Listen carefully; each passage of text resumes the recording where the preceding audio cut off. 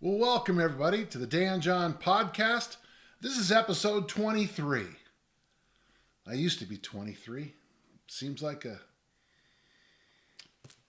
long time ago. I've actually been looking forward to this question, if you don't mind. This is from Greg. I coach the hurdles at my daughter's high school. Any advice on structure and drills for hurdles practice? And I've already answered this question before, but he also says, what kind of strength training is best for increasing speed in sprinters? Deadlifting. If you try to find Barry Ross's article, Barry Ross, Ross, and it's called The Holy Grail in Speed Training. It's originally on Dragon Door, and it's probably still there. It's the best weight program I've ever seen for especially the high school sprinter hurdler. Okay, there's other things you can do, but boy, Barry Ross's program is pretty good. It's going to be deadlifts and bench press. Okay, the reason I like this question, this first part, so much about the hurdles is my brother Richard, back-to-back brothers, was a very famous hurdle coach in California, and he helped me when I hurdled in high school. I was a discus thrower who hurdled. Oddly, I always placed in the hurdles, which is funny when you think about where I come from. I asked Rich a couple of years ago when I became head track coach, I said, help me with the hurdles. He gave me 3 pieces of advice I'm sharing with you right now. By the way, the first one is also right out of the Ralph Maughan, my college coach's textbook. Attack the knee. Attack with the knee. At approaching every hurdle, attack the hurdle with the lead leg knee. Knee. Knee. Knee. Don't attack with the foot. And what's going to happen is when you're watching kids flounder in the hurdles, they're trying to get over the hurdle versus attack with the knee. Put your hand, you know the drill. You put your hands on the wall and you drive your knee, you practice those knees. Look at the position you're in, that aggressive, active position. Now, just swing up and attack with the foot, and you'll notice your butt pops out the back. So, you need to be really good about going knee, knee, knee, knee, knee. Okay, Rich's advice number 2. It's not 3 hurdles, it's 10 hurdles. So when you're practicing the hurdles, several times in every session, they have to do all 10 hurdles. Now, it doesn't mean they have to be at the regulation height. Interesting thing, if you put this pen on the ground at hurdle number 5, some of your kids would slip on this pen. Several times, it might be a good idea to have the first hurdle at the standard height, and then lower down hurdles 2, 3, 4, 5, 6, 7, 8. Maybe raise it back up to standard height at 9, and then go real low on 10. And make the athletes practice going through 10 hurdles. 10 hurdles, 10 hurdles.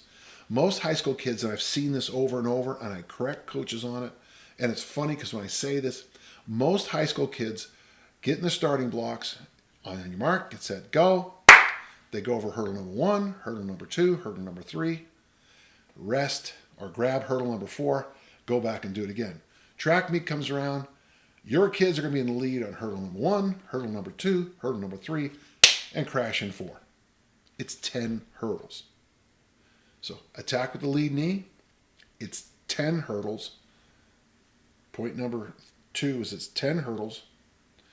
And point number 3, it's the 10th hurdle. Okay, so you need to practice getting your athletes to have beautiful form, aggressive form over the 10th hurdle. I have watched so many state track meets where there's a ton of crashes at hurdle 4 and 5 and 10. So one little drill you can do, and it's hard because in the open it's 110. I think you guys the females run 100, but you're going to put this pencils at hurdles 1, 2, 3, 4, 5, 6, 7, 8, 9, and then have the regulation at 10. And I want them to practice to go as fast as they can and keeping their stride and their rhythm going so that they get used to attacking hurdle number 10. And what you're getting there 13, 14, 15 seconds-ish, somewhere in that range, right? Because you haven't finished the race yet. and you've already gone through what, your alactic energy system, you're sneaking into another energy system, you're not exactly there yet. In other words, what I'm trying to say, you're tired. And then you get to the 10th hurdle, you got to aggressively attack it, clear it, catch yourself, and power through to the finish. Attack with the knee, attack with the lead knee. It's 10 hurdles, it's the 10th hurdle. I hope that helps. We have a question from Patrick. What program would you recommend for someone with 25 years lifting experience, that's good, with access to plenty of equipment, but only has 20 minutes to train every day? I can train every day, but my time is limited. I'm telling you, Patrick, I want you to go online, type in my name, Dan John, type in the word complexes. I think complexes, that the single bar, or you can go like Pat Flynn's kettlebell complexes. I think the complexes are the answers to a lot of questions.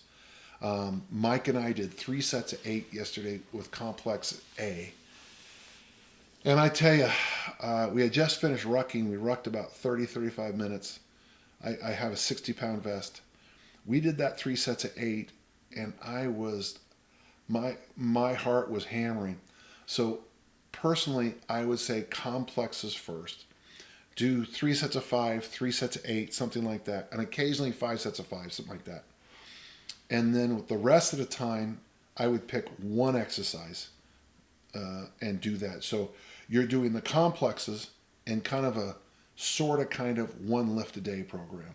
So do 3 sets of 8 in complex A, B, C. And by the way, Dan John complexes. There's be an article. The first thing that comes up is an article on Testosterone Nation, and number 2 are my complexes in PDF form on the internet. Do that, and then just pick an exercise and do it. So, and I don't care. I mean, heck, even get yourself maybe get yourself 3 rolls of dice, and whatever they tally up to. I don't know. Have a workout when it's a 3. Have a workout when it's 18. 3. If you get the three ones, it's front squats. If you get, I don't know, a 10, it's curls. I don't know. Just come up with some random silly system, or write out. Write out about 15 exercises and just go through them in order, and just spend 5-10 minutes just doing that exercise. And thank you very much. Patrick adds a postscript here. I love all your commentary on literature and how it applies to training in life. Keep it up. Well, thank you. Patrick, sometimes this education I have spills itself out. And I do. I appreciate that. One thing I would hate to be is a person who,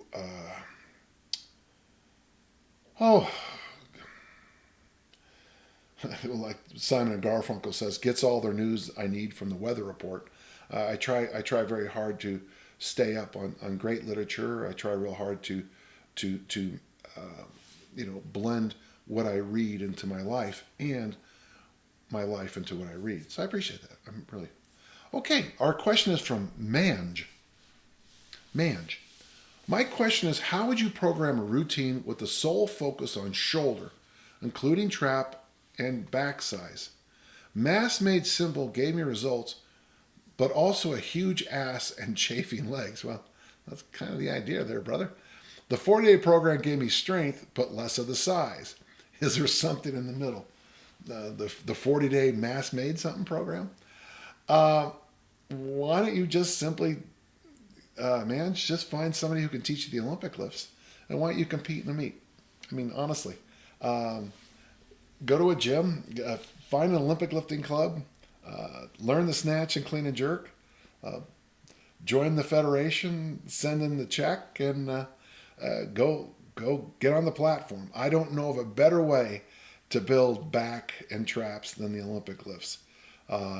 Your background in Mass Made Simple is going to really help you with the conditioning you need. And the 40-day, you're strong. Why not do it that way? I mean, certainly I could just sit here and, pontificate and make up a bunch of crap for you, but that's the best advice I can give you. Now, if you don't want to do that, well, learn the power snatch and just get some sets in there. Could you do the power snatch with even easier strength? You might be able to. I don't know, but that might be a good one for you. Yeah, it's a good question. It's just it almost reads to me like, "Hey Dan, all this stuff is working." I don't think you're complaining, but it's funny to read it. Okay. All right. Have a good day, manager. Thank you. We have a question from Michael, and this is a tough one to answer, Michael. How would you train an adult looking to dunk a basketball? Well, first off, I'd find a really tall adult whose DNA has great springs in them. That's how I would do it. I'd look for about a 7'2", 7'4" guy who can jump probably 36 inches. That's who I'd be looking for. And then I just give him the ball. I can currently dunk on a 9'9" hoop, but I can't quite get there on a regulation hoop. I'm 5'11" if it matters. Well, I remember my friend Eric Subert putting on a show for the Skyline College basketball team one day. Eric's 5'9", he was a shot putter. He would take the ball in both hands and get underneath the hoop, jump up, and shove it down. Eric got that by doing the snatch, the clean and jerk, and the front squat. That's the only way I know how to do this. Is you got to get your pins to be stronger than you think. It becomes a physics issue. You're asking me a physics question. It's a load to weight ratio. Like a fighter pilot or a bomber or a missile. What I want to have, you need a bigger first stage rocket, and that of course is your thighs. If you talk to Stu McGill, he'd also tell you to basically make your ankles as inflexible as possible, so that when you hit the ground, all the energy goes vertical. Now that has other issues, but we're not going to worry about those now. But the stiffer your ankles are, the more vertical you can get. It's going to be glutes, thighs, and snap. And so, baby, Olympic lifts, maybe kettlebell swings might help you. That weird leap I see some athletes do with the trap bar, where they jump in place or something like that. You want to do it, but it's going to take you 6 months of training to get the strength levels you're going to need. And then the other thing, spend a lot of time trying to slam the ball. That seems to be a big factor too. Okay? Don't be working on your 3-point shot. Be working on your dunk. Okay? Good luck to you, Michael. Hey, if you do get it, send me a video. All right? Bye-bye. Quack asked this question. In your videos with kettlebell work, I noticed you use the cast iron kettlebells. Is there a reason why you don't use the competition? Yeah, I hate the competition style kettlebells. They're made out of steel, so whenever you use doubles, they bang into each other and bounce. They bang and bounce, bang and bounce, bang and bounce. It drives me crazy. They're also much more expensive than the other ones, the ones I use. The ones I use, and my friend Brian has seen them. One time, I went to this local store where stuff falls off the back of a truck place, one of those places, and I picked up two 36K kettlebells and a 24, and the total cost was $62. So I hope you got those numbers right. Two 36s and a 24 for $62. The cast iron ones are cheaper, and the big one for me is the competition bell has a U handle. Not really a U. It has a kind of squared off handle, whereas the other bells have that nice little horn, the horn on it. And I like that horn because it allows us to do a whole bunch of other stuff. For example, the correctly done goblet squat held by the horns.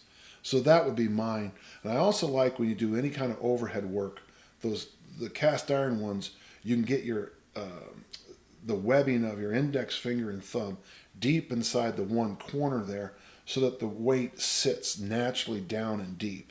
And I just think it's a little safer. On a more important note, what should I study to better learn about programming for general health and fitness? Well, I know this. If you go on eBay right now, you can buy J.K. Doherty's original edition, the 71 edition of the Track and Field Omni book.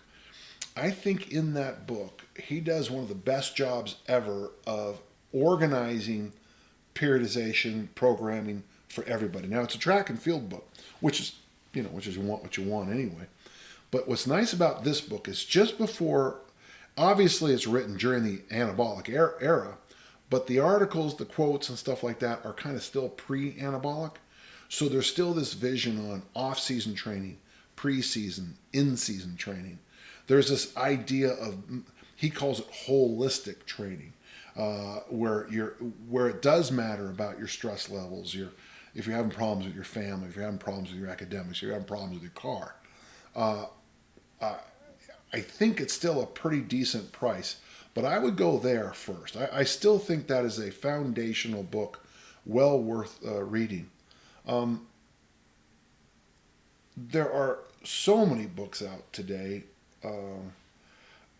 If you go to On Target Publishing, there's a new book out. It's called The System, and it's about those NFL coaches and how they used Olympic lifts and power lifts training for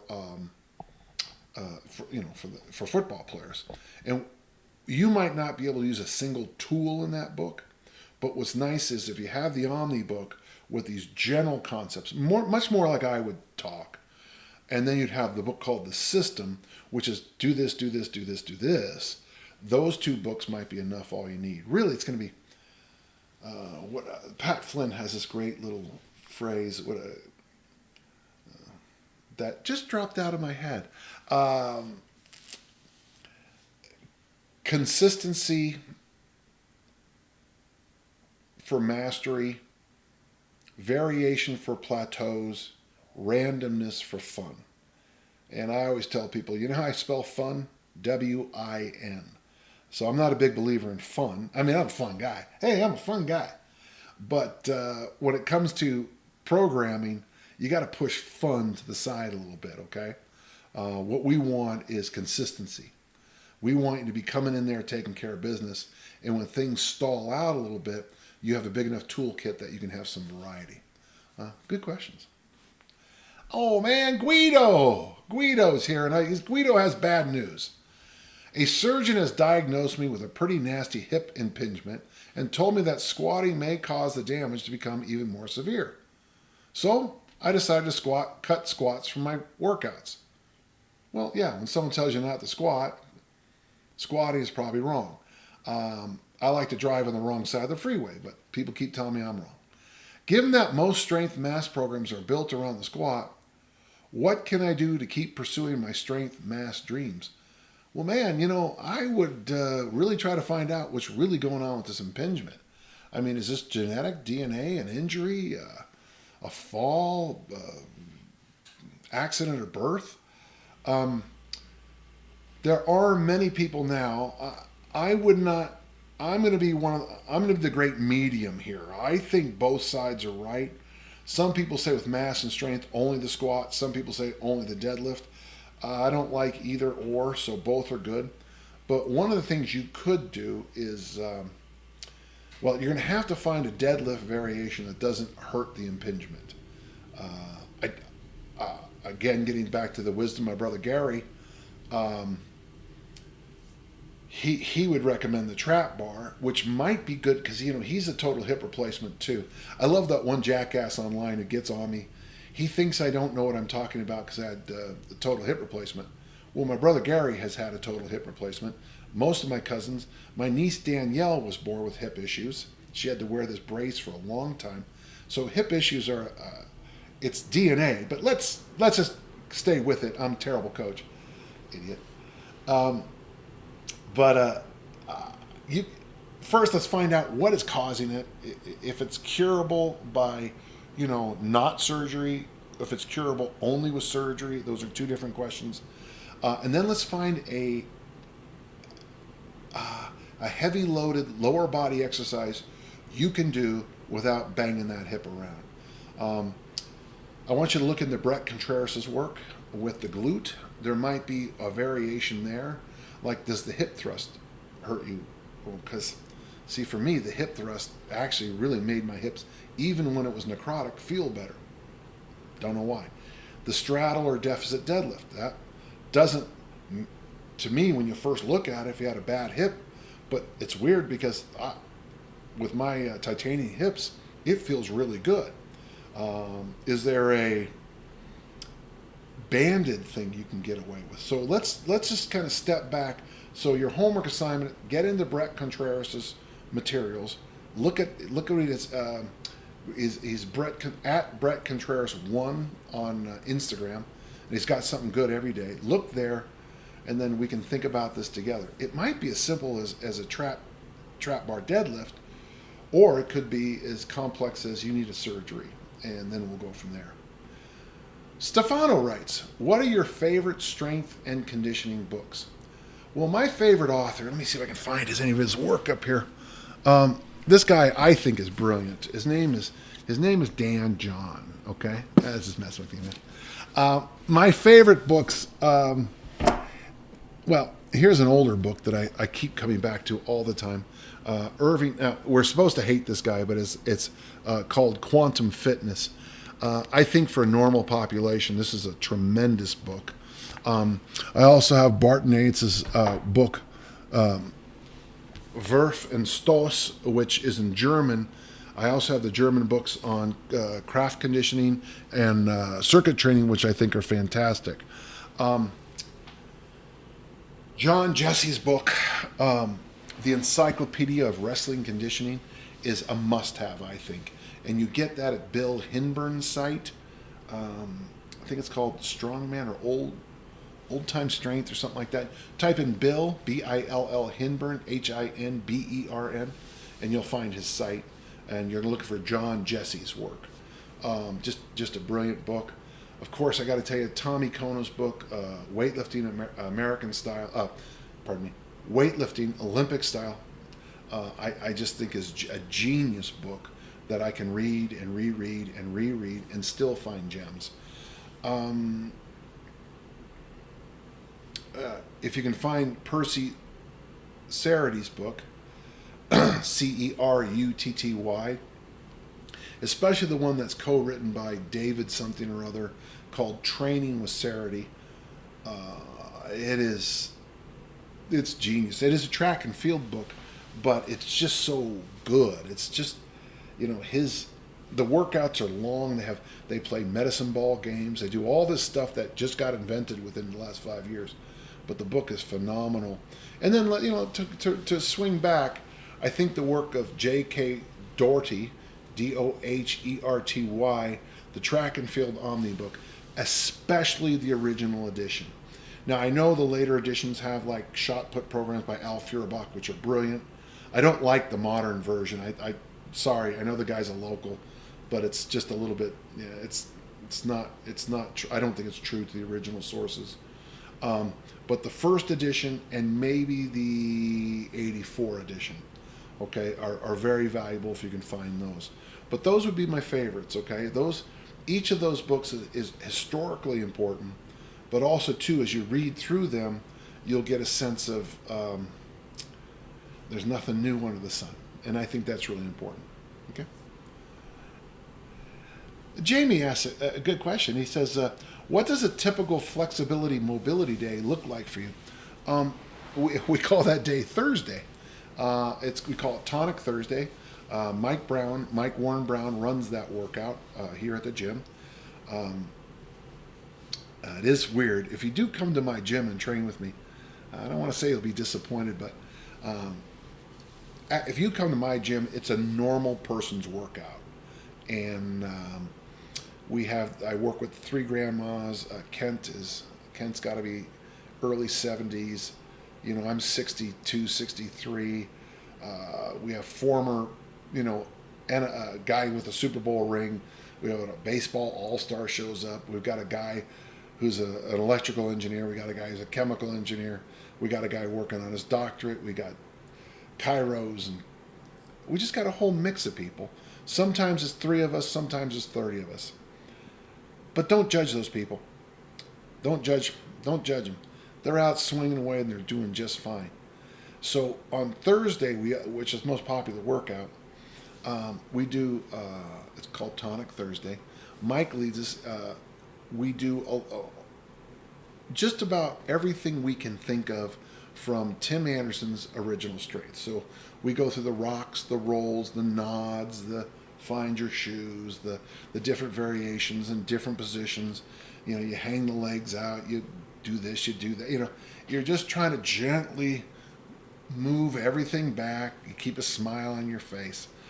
We also do vents, and vents are wrist and ankle feet stretches to kind of keep some movement here.